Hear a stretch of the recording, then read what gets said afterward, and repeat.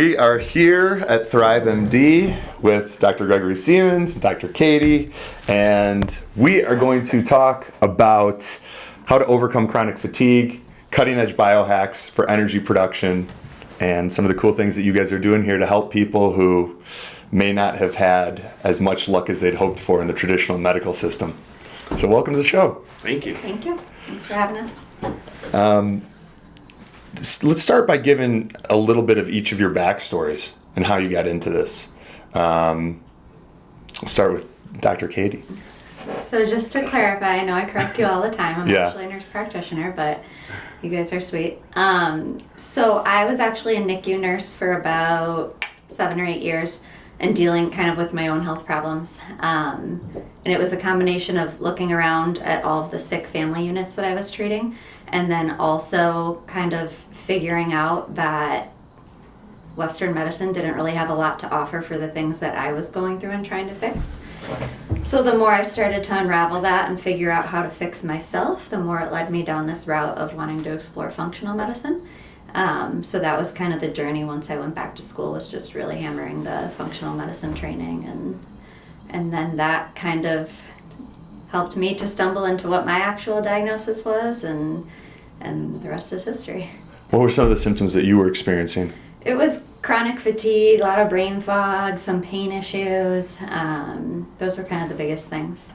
And then when you said you stumbled onto the diagnosis, what was the first? Yeah, so it was once I started treating like chronic fatigue patients, fibro patients, and all of them were coming back positive with Lyme and Epstein-Barr and kind of this general immune dysfunction, that I was like, oh, hey, maybe I need to test myself for these things, and sure enough. Okay, cool. Yeah. Cool. Dr. Seaman. Yeah, so I kind of some of the same parts to my story, I guess. I went to Michigan State for medical school and then did anesthesia for 8 years. And you kind of realize, by the time it gets to the point where you're putting people to sleep to cut off a body part because their diabetes was so poorly controlled, you start to realize that people don't have the tools to do better.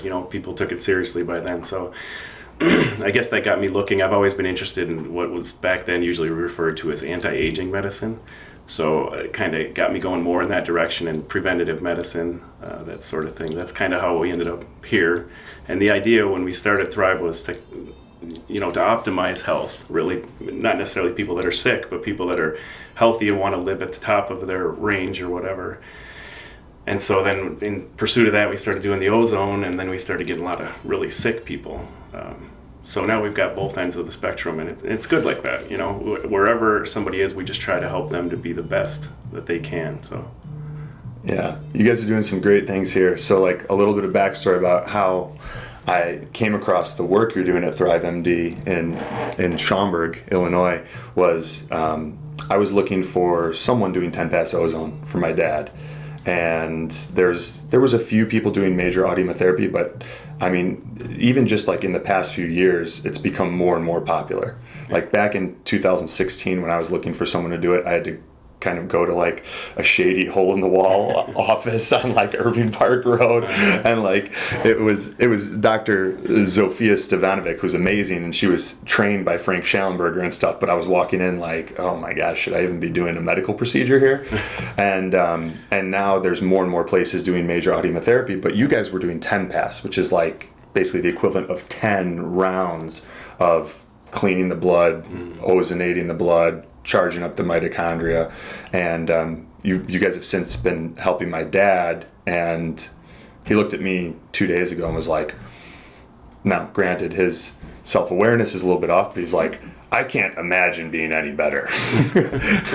My mom's like, low-ass standards. We had that conversation the other day when we were talking about what you're doing this weekend. Yeah. And I was talking to your dad, and he was kind of hesitant about going to do the dental stuff. And I was like, well, look at the progress you've made. If you can make that same progress, in the next 3 months, don't you want to do that? And he's like, I don't think it could even get any better than this. Yeah, that's Well, now's not the time to stop. We're on a great trajectory. Yeah, well, thank you for the words of encouragement. So what type of people do you find are coming through the doors at thriveMD? And, like, where's their level of awareness? Is it like, oh, I think I have Epstein-Barr, or I think I have Lyme, or are they still talking symptoms? It's across the board. I mean, Yeah. some people come in and they know what their diagnosis is, and sometimes it's unteaching that and helping them understand that it's a deeper immune system issue that we need to fix. I think that's probably one of the biggest things that initially brought us together, was that we kind of shared that viewpoint. Mm-hmm. Yeah. A lot of people, so like you said, some people know that they have this diagnosis they're carrying around. They're looking for a different way to approach it. And we kind of always focus on the same thing, like I mentioned before, just keeping people at the top of their range. So whether they're sick or not sick, we usually take like a foundational approach to it and just try to get all of that stuff functioning optimally. And then a lot of times that gives us an idea of what else they might benefit from or where we need to look. Okay, cool. I'd like to get your guys' take on some of what differentiates people who get better from people who don't. And the framework that I'll propose is like an inner component, which is like, we'll call that like the psychological, and then the technical component. So these are like the interventions. So let's start with the people that struggle to get better. What are the patterns that you guys see in their mental outlook, in their cognitive model of the world? I think that's a tough question, because I guess you don't want to take away from anyone who's actively trying to get better, but I do see a difference in perspective and I guess that like hope factor or that determination factor in some people. Like sometimes you just get a patient and they're just sitting in front of me and I know they're going to get better, and it could take 2 months or 2 years, and I don't know what that time frame is going to be, but because of how they come in and their mentality, I know this person's going to get better, you know? Mm-hmm. I don't know. Yeah, it kind of seems like some people come in and it's almost like they're here or they're trying something new because somebody told them to, or they heard of it and they're like, go try this. Mm-hmm. And it's almost like they're sitting there like, hit me with your best shot kind of thing. Like, okay, let's go through this now or something. And some people come in and they're like, I'm going to get better, whatever it takes. Mm-hmm. And mindset seems to be so powerful when it comes to that. Obviously that doesn't control everything, but just the way they approach it there's a direct correlation with what we expect the outcome to be, I guess. Yeah. How important is that, like, your guys' expectation and belief, and like that belief transfer onto the client? Yeah, I think that's big because we're very optimistic for everybody, improvement, I guess, is what we're shooting for, and that's always obtainable, Mm-hmm. So what better means to each person might be different, but I think we're both very confident that we can get better, whether that's good enough or whether we obtain that level that they're looking for to be good or healed or fixed or whatever. I think that's, and most people, once they start to feel better, it's like, then they're like, what else is there? What more do you have? So it's kind of like if you get them to start moving in the right direction, and then they buy into it. If they didn't buy into it initially, that seems to be a lot easier from that point. Because most people that end up here with an illness or that are sick, they've been through a lot of stuff before, kind of beat up by traditional medicine and maybe some other things. So it's kind of, unwrapping some of that, letting them know, we believe you. We don't think that it's in your head, and we believe you, and we're going to work with you, and we'll do whatever we can to help you get there, And once they buy into that, and it's a team approach, it seems a lot more effective. Yeah. And sometimes it's helping them through that process of actually realizing that they're getting better, because sometimes patients will come back and they'll say, I don't know if this is working, I don't think I'm any better, and so I'll say, okay, well, number one, let's reassess and figure out if there's something we're missing, but number two, let's talk through all of the things that you told me were bothering you, and we'll get to their mental clarity or their GI or whatever it is. Oh, well, yeah, that's actually better. Oh, I forgot I had that. Oh, I forgot that I had that symptom. Mm-hmm. And then that kind of helps them bring that perspective of like, oh, I am improving. It's just been this slow, steady progress, and I can't really conceptualize it. Oh, the perils of fixing memory last. No, I'm kidding. But yeah, that is, especially if there are aspects of depression or low mood, or maybe there's like stress or unhappiness in other parts of their life, it's like it's easy to view things through that lens and like, oh, I'm not getting better. You know, even though you are. We used to, as part of our assessment, like have people rate themselves in all these different things, from like mood, energy, cognition, inflammation. It was like 20 things. We stopped doing it eventually because it was just like more questions for them to fill out. But it was because of that, so that like you could show them the improvement, and then that too spurs for more improvement. What are some of the things, like we had a conversation, I came in yesterday and did 10 pass ozone with you guys, and we were talking about all the cool stuff that you're doing, and I want to discuss some of that, from the peptides to the exosomes. But before we do, we were discussing some of the things, like I brought up the silver injections and Rocephin, which is something that I know Dr. Diedrich Klingart had used with Lyme patients.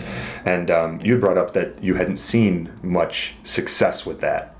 And one of the things that I admire a lot about the work that you guys are doing is you're in the trenches and you have unique data points where you've seen, okay, we've done this with 100 people and they haven't really experienced that much benefit.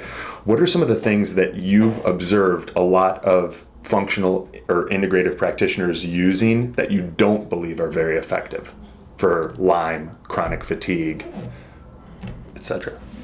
I think each individual is so different. So I would say there's a lot of things that, even though I might not see success with it, there are probably some providers who do, and it's just maybe a different way they're using it. But I think one of the big ones that I would say we see the most are patients who have done, weeks and months of silver IVs, and I just personally haven't seen a whole lot of success with that.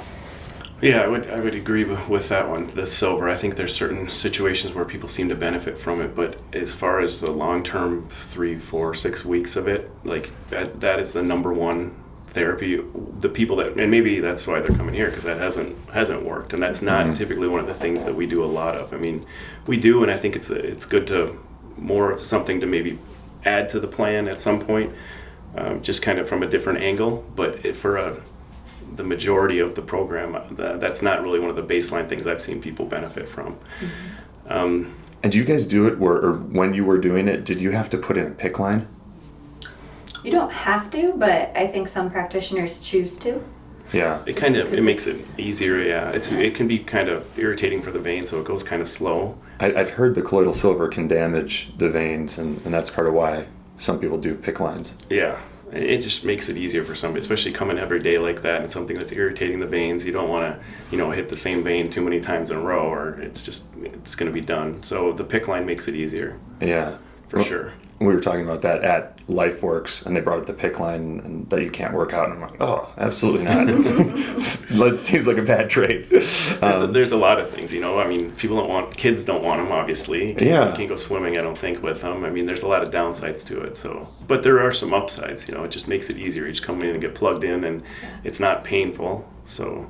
Yeah, and some patients who have really poor veins and can't tolerate doing daily IVs, sometimes the PICC line is the best option if that's what they need to get better, but we try to steer away from them. Okay, cool. So now we're going to transition to some of the characteristics, like psychological and like the actual interventions that you've seen work for the people who get better and have the best results. Tell me a little bit about, let's start with like the mindset of those patients. How do they come in? See, I guess if it seems like the one biggest thing that I see is that they want to be here, like they believe in it. They think that this is a good place for them, or these therapies are good for them. Like I said, the people that are sort of talked into it or are checking the box or whatever. I mean, obviously, you still hope for some hope, and that person you may be able to get to start feeling better, and then they buy into it more. But initial mindset, it seems like they found it, or they watched something or read something or heard something, that makes them think this is going to work for them. Mm-hmm. That just seems like you're starting off in the right space. Yeah. So that belief. Yeah, like that they came to on their own for whatever reason. Mm-hmm. I don't know what seems to be powerful about that, but we had a guy come in here one time because his mom wanted him to come here. She was Polish, and she believed in this stuff, and she wanted him to come here. And I told him he would come by himself. I told him on the second or third time, if you don't believe in it, like, find something you believe in and go pursue that. Because if you don't buy into it, we're already starting off at a disadvantage, you know. Yeah, that makes sense. Yeah. Are you familiar with the biology of belief? Yeah, Bruce Lipton. Yeah. I think that's just a huge piece of it, you know. Mm-hmm. If you, no matter what it is, if it's a pharmaceutical, if it's, you know, an integrative approach, if it's some other kind of like energy healing, whatever it is, I think if you don't have that belief system, you're not likely to get better. I do have some patients who really believe and really work hard and they still struggle, and so I don't want to take away credit from them, but I do think that that belief system is definitely probably one of the biggest pieces. For sure. One of the coolest things that I'd heard about Bruce Lipton was like in 1967, he was studying stem cells, like way before people even knew what stem cells were. He was one of the first. And he took like the same stem cell culture and he split it up into like 3 different cultures and made some changes to the environment that the cells were exposed in. And like one batch of stem cells became muscle tissue, one became bone, and one became adipose tissue. And that was what sort of spawned his study of epigenetics and like him realizing like, oh my God, the stuff that we're teaching that like we are, like that our destiny is predetermined by our genetic code.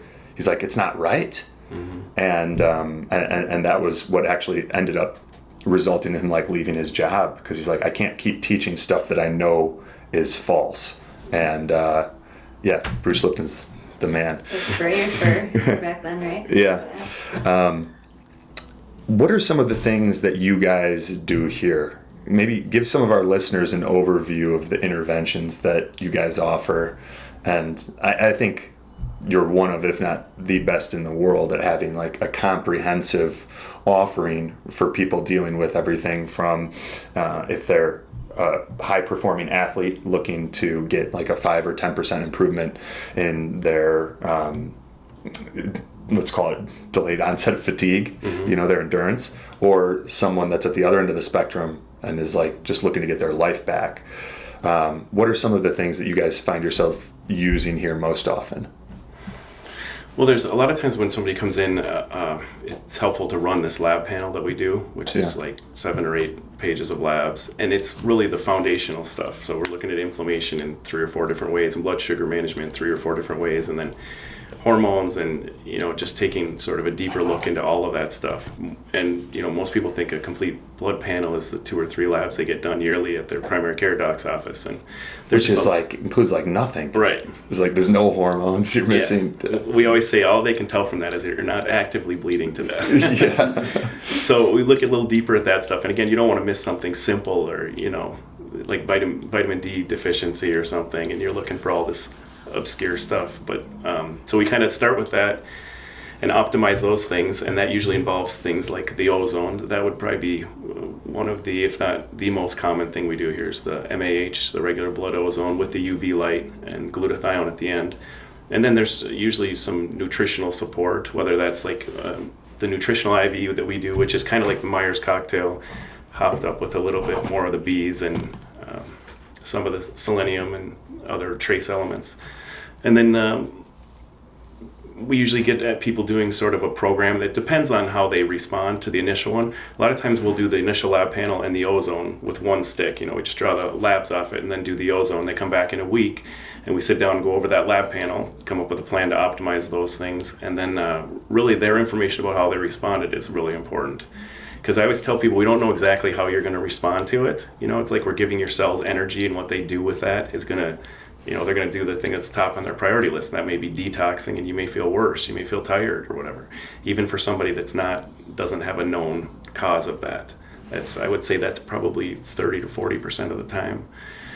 And then some other people just feel turbocharged instantly when they get it. So that part goes into the plan that we come up with for them. And it's sort of a change as it goes, like a flow chart more than like a treatment protocol. You know, it's kind of, we change things as they move forward.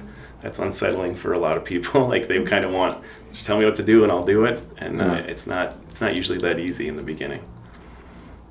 Does that initial lab panel that you get, does that also look for toxicities? Like, are you looking for heavy metals or infections or deficiencies, or is it more hormones and blood sugar regulation and things like that? Yeah, it's not a lot of, the inflammation, we can get some idea about other toxicities, but really that's kind of the foundation. And then based on their story, how they responded to the ozone or whatever treatment they got the first time, that's how we might decide to look more specifically into metals or mold or other specific problems. Do you see those being some of the big ones? Some of the big factors contributing to chronic fatigue, metals and mold? Yeah, metals, mold, infections. Yeah. Parasites. Viruses, parasites, yeah. Yeah. We have like our big six that we always refer back to. What are the big six? I think it's, what do we say, mold, metals, retroviruses, parasites, Dental. tick-borne infections, and dental. That's cool. Okay, so metals, molds, retroviruses, parasites, tick-borne infections, and I missed one. Dental. My dad. There we go. It's amazing how much we see of that, or how often that's tied in some way. Yeah. And nobody wants to think of that. It's expensive, uncomfortable, Mm-hmm. And then depending on your dentist, some of them are looking at it one way, like suspicious, I guess, of any work done, or even cavitations or just infections. So I think finding the right person to work with there is really big too. Very challenging, because now there are a lot of people who've labeled themselves biological dentists, Mm-hmm. and I've heard from client stories, maybe not the most well versed in that, and it's if you have mercury in your mouth, it can be a little bit overwhelming, because you find out it's going to be like 10 grand to remove it, but then you still have all the mercury in your body, and you may even still have root canals, and as is the case with my dad, so you got to take those out, and then it's like, okay, great, now how do we get all that mercury out? And it's not always easy. Like when you guys were doing 10 pass with my dad, and he was having his mad as a hatter moments, it was too much mercury getting dumped. It was that example of what you said, his body, when he got ozone, that increased energy production went to detoxification, but he probably had some blood-brain barrier compromise and mercury in his brain, and my mom's like, your dad's gone bonkers for 24 hours. And we had to make some adjustments. And that's something I think that's interesting too, for example, with the metals, and saying how sometimes it can take a while, it's not like we can give you this protocol up front and this is what you're going to do and you're going to get better, because sometimes we learn things about patients along the way that maybe they didn't even realize were an issue. Mm-hmm. I'll ask someone in our history together, do you have any metals in your mouth? And they'll say no. Well, then 2 months into treatment, somehow they'll divulge, well, when I had my metal fillings removed, 5 years ago, all of a sudden I got so tired afterwards and I haven't been able to bounce back since then. And so sometimes people don't even realize how relevant some of those things are. And then you can start putting those pieces together and say, okay, well, you may have had exposure when it was removed because you didn't see the proper type of dentist. And now we need to go back and test and detox and all of that. So yeah. For someone listening who's not familiar with retroviruses, can you guys explain what is a retrovirus and how might that be impacting their health? I think I would direct people mostly to Dr. Klinghardt and Judy Makovitz's work for that. Basically, my understanding is these deeper rooted viral infections that can kind of take over and alter your immune function and make you more susceptible to a lot of these other, our big six. Mm-hmm. But basically these chronic viruses that are kind of messing with the immune system modulation and making the system more susceptible to other things. Okay. And where does Candida fit into this? That seems to be one where it's more and more cases of Candida are showing up. Mm-hmm. Mm-hmm. And are you guys seeing that here at thriveMD? And if so, what are you finding efficacious?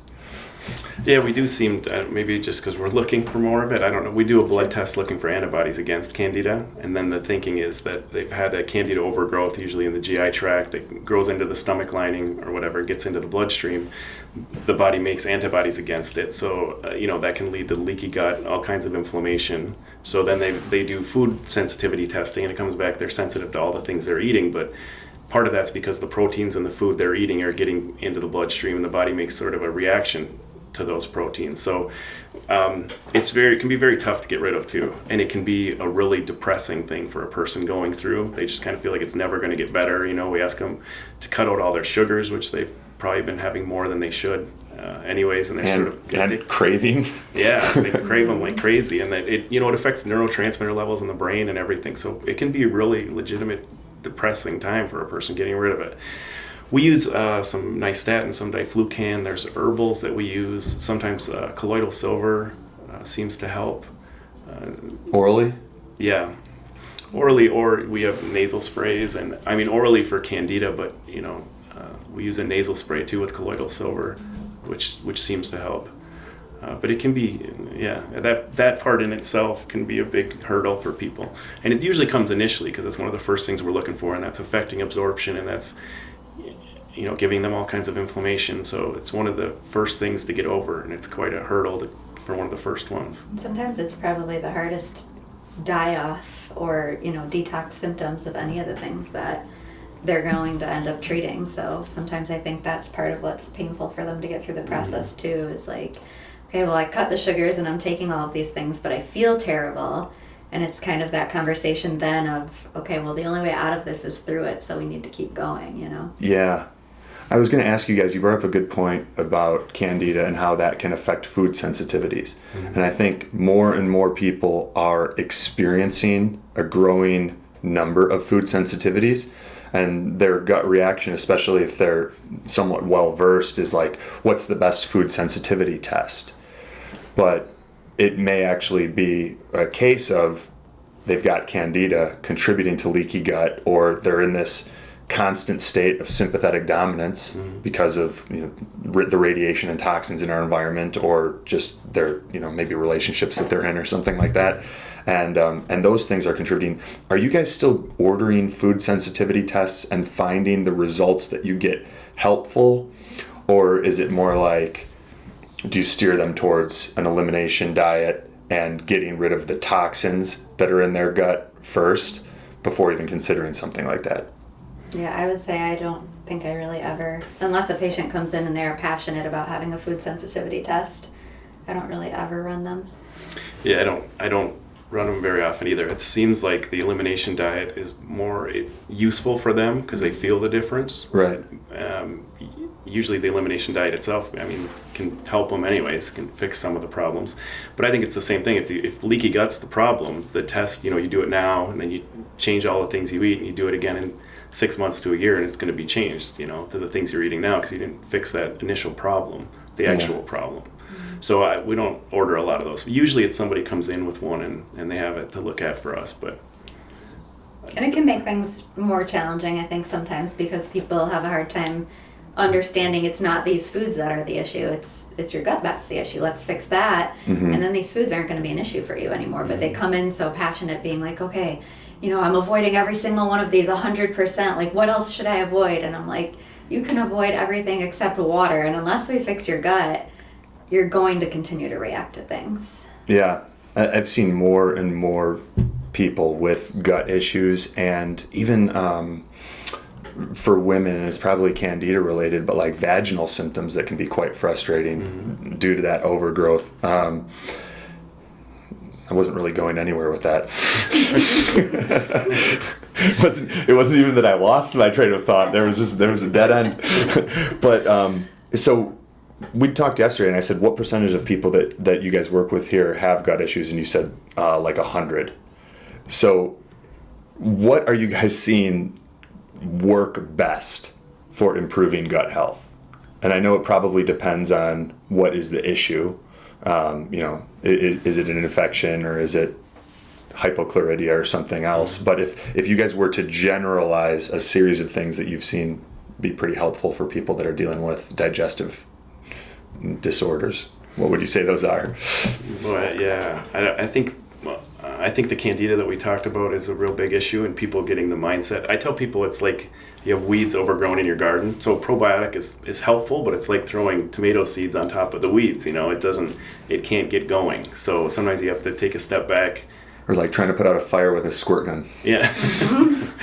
And so you have to take a step back and actually de-weed it, I guess. So you use something like the nystatin and the colloidal silver, and that can take a long time. That can take months sometimes for people to get the Candida load down, and it's painful months. So getting them to assess the whole picture, like it's not you're not sensitive to these foods, you're sensitive to anything that you eat because of the leaky gut.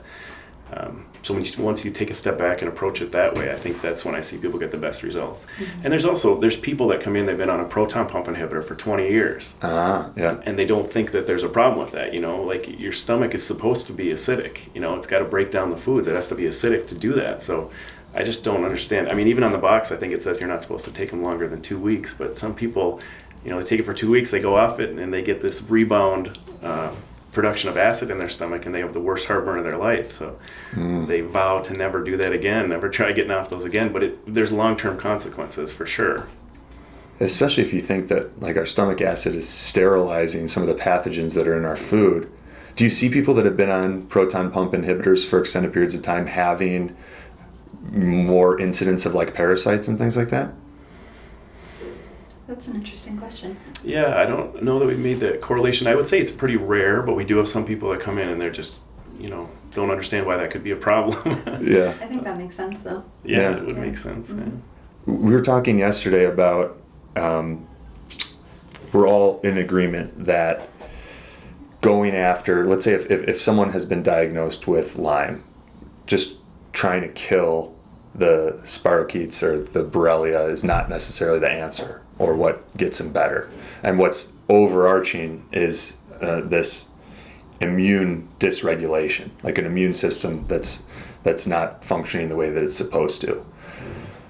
What do you guys do when someone's coming in with a dysfunctional immune system? Because like we're now seeing that's a big part of what drives cancer. Like if your immune system's not working right and your mitochondria aren't working right, your risk for cancer goes through the roof. And especially if you throw in some toxic exposure like pesticides and glyphosate and things like that. Mm-hmm. So someone knows their immune system's messed up, or you guys point it out, then what? I think all of the immune modulators are kind of our go-to. So ozone works as an immune modulator. I love peptides, probably a little bit biased because they got me significantly better. What else for immune modulation? The UVB, mm-hmm. ultraviolet blood irradiation that we do, that's good for immune modulation too. And you guys combine that with the ozone. Yeah. So like you'll do either the 10 pass and then at the end stack the UVBI like we did yesterday, mm-hmm. or you'll just do the major autohemotherapy and then kind of run it through the UVBI. Mm-hmm. Okay. And then the latest and greatest for immune modulation seems to be exosomes. So that's, I think, the direction that we're headed in next. Yeah. Yeah. We got started with those December and at the A4M conference in Las Vegas. Yeah. Met some guys there with Exosome company, and we've been working with them a bit since then, and it seems very, very promising. Mm-hmm. Clients are getting good results with those? So far. Yeah. Yeah, it's still pretty early, but we're using for a variety of things, but anything from shoulders or joints to IV for systemic issues, and yeah, I've seen good response. What for someone listening who's not familiar with exosomes, how would you describe them in like like a 5th grade level? So they're basically there's always been debate when you get stem cells, umbilical cord stem cells or whatever, if it's the cell that actually changes into that cartilage cell or whatever, or if it's the signaling molecules that come with it that are signaling your own stem cells to do some work. And I think these guys sort of figured out that it's the signaling molecules. So they concentrate those signaling molecules that bud off of stem cells, so you don't actually get any cellular DNA with them. It's all the signaling molecules, and they turn on your own stem cells. I think that makes sense. That's been part of my concern with, like, there's a part of me that really wants to do umbilical stem cells, mm-hmm. but then when you think about like how many viral, bacterial, parasitic pathogens there are, and that they only screen for 9. Like, that's a little concerning to me. So far I've only done the adipose-derived from my back, and had a jackhammering my back with like a 9-inch needle. And I watched the video afterwards, and I was like, oh my God, is that what it looked like? But it was very helpful. Do you guys use like Valcyte or any of these other antivirals with clients? Like, have you found those to be helpful with retroviruses? In some patients, in some patients I've seen really good success, but I wouldn't say that's the majority of people. Okay. But, yeah. Okay. So I guess I was asking because Anthony Williams, the medical medium, is very vocal about him believing that like everything is Epstein-Barr. And that's part of why I was curious if you guys had found that antivirals were efficacious in some of these cases of chronic fatigue, because if A, then you would assume B. I think I see better success with herbal antivirals. Yeah. I do like Lomatium? Lomatium, yeah. I really like the compounds. Key Science has a decent one. It's like Retro-V. I think they have a tincture and a powder. Even things like Cistus tea and the broccoli sprout extract and things like that. But I would say the viral is definitely a big component to a lot of what people have going on. But I think, again, it's like if you don't modulate the immune system, then you're trying to attack this thing, and maybe you're making some progress, but then the immune system can't keep up when you take it away. So I think even with the viral patients, it's like, let's address that immune system and get it back to homeostasis so that it's functioning properly. And then if we use some of these antiviral things, we usually need less of them at that point. But then we can really make some good progress there that the body is going to be able to maintain afterwards. I dig it. What would you guys say? So it can get quite investment intensive, especially for someone who's like far, like let's say where I was in like 2011, right? I would easily, I thought I spent a lot of money, and like nowadays I would have spent 5 to 10 times as much. What would you guys say are some of the highest bang for your buck biohacks and interventions that you use? Good sleep. Good sleep. That's, I think, number one, first and foremost. If you're not sleeping, you're not going to get better. Good sleep is free. What about the people who feel like they can sleep for 10, 12 hours and still wake up exhausted? I think obviously then there's a lot of those deeper things going on, but sometimes it's a quality issue too of that sleep. But, when you start looking at actual modalities that you can use, I would say, in my opinion, best bang for your buck, even though they're still fairly pricey, but the peptide therapy, I think, is one of the things that's not over the top pricey, but still has really good effects in a lot of people. Is that the thymosin? So yeah, any of the thymosin, BPC, we even use some hormone peptides like CJC and ipamorelin and sleep peptides and all sorts of... What's sleep peptides? There's the DSIP, the deep sleep inducing peptide. Ooh, tell me more about that one. Yeah, I took that one myself for a while. I've had my battles with sleep. And again, it's the quality of the sleep. So some of these people sleep in 10, 12 hours. It's just not the quality. They might be better with 8 if it was good quality sleep. Yeah. So one of the things that we've done, we've a melatonin, liposomal melatonin that really is... that stuff is just, yeah. Yeah. It's one of my favorites. It's the Quicksilver. Yeah? Yeah. Really in a different league, at least from the melatonins that I've tried. Completely. So Dr. Dan Stickler pointed out that every time I've tried melatonin, even like 0.5 milligrams, I'm like a little groggy the next morning. That was me. That was you? And you can do the liposomal? Really? Yep. Because Dr. Dan Stickler had me convinced that he's like, oh, it's because it's a genetic thing. Like certain people can't take melatonin. And I was like, all right, that makes sense. But I kind of want to. Right? That's what I thought until one night I was like, I'm just going to try this. I don't have anything to do tomorrow. If I'm tired, I'm tired. I slept great. I fell asleep right away. I woke up and I did not have that hungover feeling. This is Chris Shade's stuff? This is the best supplement ever. Yeah. With Quicksilver? Yeah. He's the man. I got to get him on the podcast. We talked at PaleoFX, and I've got his card, and I haven't sent him an email yet. But okay, cool. So we'll link to the Quicksilver liposomal. And then, were you tracking your deep sleep with like an Oura ring or anything like that? I have one, but it was, the battery was dead. I lost the charger at that when I first started it. So it seems for me like the DSIP, when I took the peptide, the first night it seemed to be really helpful, and then the longer I went with it, it seemed to not help as much, which is kind of exactly the opposite of what I tell people or what I would expect myself. Yeah. Usually you build up to these things and they work better for you as you go. But we've had some people that have used it and it's really fantastic, really a game changer for their sleep. But I don't know, I kind of go to it when I think I'm going to have one of those nights. So I still use it, but like the Quicksilver, the melatonin's really been a game changer for me with that. All right, I'm going to order some of that. Like after we're done. You can just leave with it today. Yeah, oh, you guys got it, right? That's even better. Because I'm like, oh, am I going to get it before I leave for California and Costa Rica? Do you guys wear like the blue light blocking glasses or like unplug your Wi-Fi at night or anything like that? Yeah, okay, cool. I was just trying to see how many different layers, like if we were doing the peptides but not that stuff.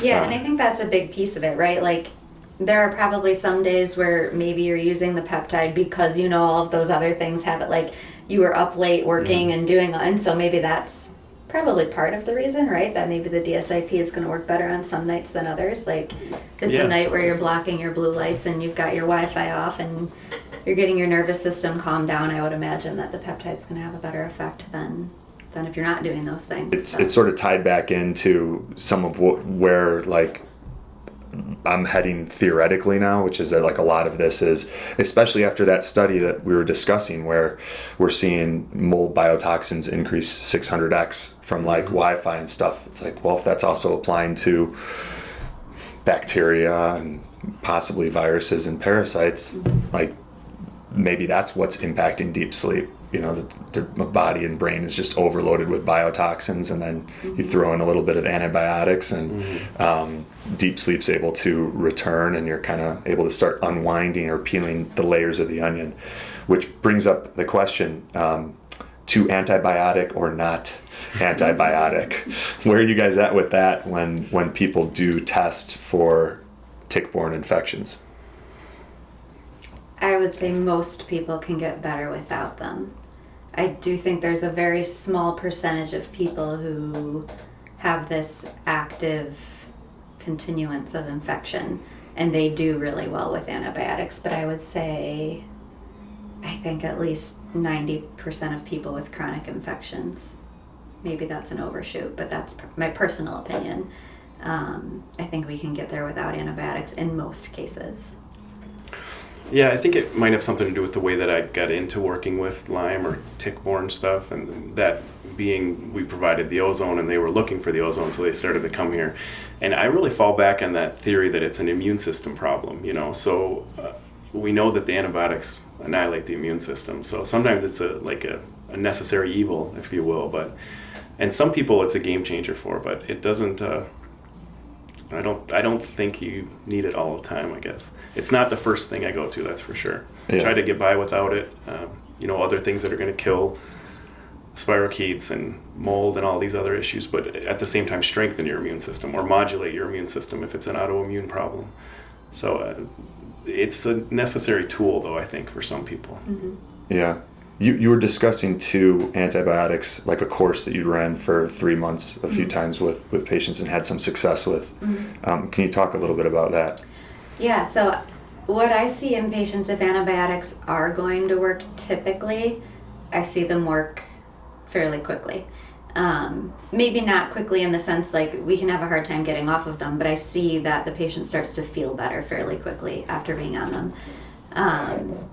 But yes, kind of, and that really depends on which infections we're targeting and how active those infections seem to be. So, if I have a patient who's coming to me and they just are screaming active infection symptoms, like for example, the situation we were kind of discussing was, patient has night sweats, throbbing head pain that's in a band-like fashion, terrible brain fog, shortness of breath, that's pretty constant. to me that just says active babesia, right? Mm-hmm. And so using that combination, that azithromycin and malurone, having both the antibiotic and antiparasitic, I've seen work pretty well together. So that's one that I'll do in some of those patients who seem to have the more active infection things going on. What about people who sweat more than anyone else? That's me. I sweat like an offensive amount, where like in a hot yoga class, people are like moving their mats away from me. And You're like bringing out your towel. Yeah, like for real. And my dad has, he's been a big sweater, but I'm like, I've never met anyone that sweats more than me. Is there a connection there, or I don't sweat really at night, but I would look at it as a bonus. Your body's detoxing. Yeah, all right, I'll take it as a bonus. And before we go to the rapid fire round, let's talk a little bit about mold, because you guys have mentioned that as something that is often missed and maybe, it is one of the big six. How do you determine if someone has been exposed to mold, if that is something that is contributing to their symptomology? Where do you start? Is it a Mycotoxin test? Yeah, the testing that we do, either Great Plains or real time. But kind of figuring that out can either, again, be their history, or it can be like down the line where we've been trying things. I think one of the things I learned after working with you was like people who don't respond well to ozone. Sometimes that can kind of be a sign or symptom of mold toxicity. What would be not an example of not responding well to ozone? Well, I mean, like if they're just not getting the energy or the benefits that we get, more of the downside to it. Seems like a lot of the mold is colonized in the sinuses. So giving the blood ozone is going to help with it in the blood, and then they suffer through this die-off period, but it doesn't really clear it from the sinuses. We usually have to go after it there with something, a nasal spray, or we give ozone nasally. The only thing you can't do with it, obviously, is breathe it, but so we usually have to go after it in the sinuses for them to get over that hump. Did you do the ozone in the ears? Mm-hmm. Yeah. Okay. Yeah. Makes sense. Put ozone in every orifice except for don't inhale it. Right. It's like, can you milk me? You can put ozone just about anywhere. And then someone who knows that they've had mold exposure. I've seen so many cases of people who become like the boy in the bubble, where they're terrified to go anywhere except their safe place where they feel good. And how do you start giving people tools and interventions so they could begin to reassimilate themselves into society and go to someone's house that may have been flooded once in the 80s, Mm-hmm. Yeah, that's part of it, right? You got to get back out there and live a life that's worth living. That's part of feeling good. And so, having your home environment as healthy as possible is huge. That's where you come home and you sleep for hopefully 7 to 9 hours a night. And so that's a big part of it. And you just want to get them, a lot of people after they've had mold and gotten somewhat better, they can tell instantly. They go away, stay in a hotel room or something, and they can tell right away. So if everything else is tuned up, if the immune system is in order, they deal with that a lot better. Sometimes things like these nasal sprays that'll wipe out some are really helpful for those people. But they seem to get to a place where they're much better able to deal with it and to know when it's an issue. And that seems to be the best luck that I've had, I guess, is getting, and they build some confidence over time with this, that they don't have to hide in their house, and there are other places that they can go and they can deal with it if it is an issue. They can tell if it's going to be an issue. Back to that mindset piece, right? Not letting yourself fall into the trap of fear that everything is going to be moldy, because we're all going to be exposed to mold. It's just the world we live in. But what are the tools that you can deal better? Let's detox you first, and then let's give you some tools that if you are having those exposures, you know what to do to kind of prevent yourself from going down that slippery slope again. Cool. And if you could only use one nasal spray with someone who had a history of mold exposure, what would you go with? That's tough. Probably maybe the Hopkinton drugs, the Mucolox EDTA and colloidal silver. ETDA, huh? Yeah, for biofilm busting, I guess. Okay. People seem to respond well to that. I don't know if there was one though. Like we use a lot of the silver nasal spray, just on a maintenance type thing. I think there are a lot of benefits to that, but it's probably not strong enough to somebody it was really colonized with mold. You guys use like the Argentine silver? Yeah, or Results RNA. Okay. Both pretty good. I like the combo of the silver EDTA, but also using like a nitroconazole or a nystatin nasal spray, so that we're kind of killing some of those colonies too. Yeah. So The I Candida. pick just one. Beautiful. Well, let's take a quick break to get a word from our sponsors, and then we'll come back with the rapid fire round. Great job, guys. I've completely lost track of time. All right.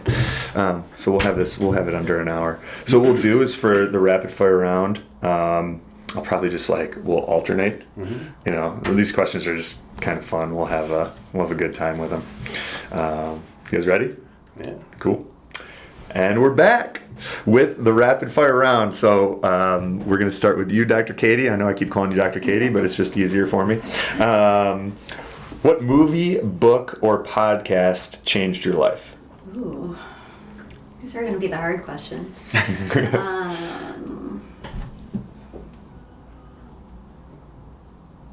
Movie, book, or podcast? I can throw out options. Sex and the City, Notebook. No, I'm not a huge movie buff. Right now I'm reading Ego is the Enemy, and I love it. Oh, who wrote that? Perspective changer. It's Is that Ryan Holiday? I think yes. Yeah, Yes. he's good. I mean, let's just clarify. I am 9 months pregnant, so pregnancy brain is real right now. Congratulations. You know what? Though not maybe movie, book, or podcast, but one thing that was life changing. Maybe about 4 years ago, I got the. Are you familiar with the 5-minute journal? Yeah. Yeah. My husband gifted it to me in my stocking for Christmas, and I was like, really? Like, come on. And so sure enough, I actually committed myself to doing it. Mm-hmm. Totally changed my life. Oh, So love it. Yeah. That was a big life changer. You may enjoy Julia Cameron's morning pages too, Okay. if you're looking to take it to the next level at some point. It's Gotcha. been hard for me, but very, very beneficial. All right, Dr. Seamans, what biohack do you personally use the most? Probably ozone, I guess. But Do you do the major autohemotherapy or the 10 pass? the major autohemotherapy. I've done the 10 pass a few times, but it's just time wise and It's a lot. staff wise. Yeah, I usually get the MAH while I'm working in my office or something. And lately it's been the NAD, I guess. I've done that more. Yeah. I actually combine the two, and then with a vitamin push at the end seems to be good. Oh. But I think perhaps the most important one would be sleep. That's something that's really, you always think you can get a few more extra hours out of a day by cutting it out of the sleep, but it doesn't pay off in the end, Yeah. That was when I was writing, or not even writing, just dictating the Biohacker's Guide. I was also doing a whole bunch of podcast interviews and not really sleeping, and I had periods of feeling like I had early onset dementia from it. And I was I go back and listen to some of them, or you'll see all these typos from stuff that you were doing that you don't catch. It's Right. you're basically you're effectively drunk going through the day. Well, all right, I'm going to save that one for you because, baby. Baby brain over. Dr. Katie, favorite supplement or supplements? Favorite stuff? I mean, we talked about the Quicksilver melatonin. That's one of my favorites. I'm a big Relax Max junkie as well. You can tell I'm a big sleep person over here. Relax Max is a Zymogen supplement. That's part of my nightly routine. But I would consider peptides maybe in the supplement category, and I think BPC 157 has been a go-to of mine, and that's been pretty significantly life-changing. Nice. I've only used BPC 157 for joint stuff, for healing and everything. You just take it? Do you take it regularly? I use it a lot for kind of gut and just overall systemic healing. Do you do it orally for gut? I do injectable actually still, and Okay. see really good results that way. Cool. I know you're not supposed to pretty much do anything when you're pregnant, but I've been using it during pregnancy too, and it has helped me feel a lot better. Do you know, is it a boy or a girl? It's a girl. It's a girl. Yeah. All right, nice. You may give birth to Wonder Woman. That's Fingers crossed. Dr. Seaman, did you work out today? If yes, what did you do? No, actually. No? Didn't All right. Construction going on at the house. I'm coming at you with another question. All right. What's your theme song? Oh, that was your question. Man. I'm gonna get nothing. Nothing. Nothing. It's a tough one. I was writing that. I'm like, I don't know how I would answer this question. Dr. Katie, what makes you cry? Right now, everything. Your questions! I really haven't been that bad in these 9 months, but I will say what made me cry was when someone ate my macaroni and cheese in my first trimester of pregnancy. That made me cry. Now you're all gonna die. In general, what makes me cry? It's like pet stuff. Sad dog stories. Yeah. Mm-hmm. My mom loves watching those and sharing them with me. Oh, yeah. What is that one movie? A Dog's Life? Yeah. Literally probably started sobbing 15 minutes into it and lasted through the whole movie. It was so good. I don't think I've seen that. Is it newer? Maybe. I think it was out on Netflix. All right. But it's really good. I'm going to watch that and cry tonight. Perfect. Dr. Seaman's most embarrassing moment of your life. Of my life. There's probably a lot of them.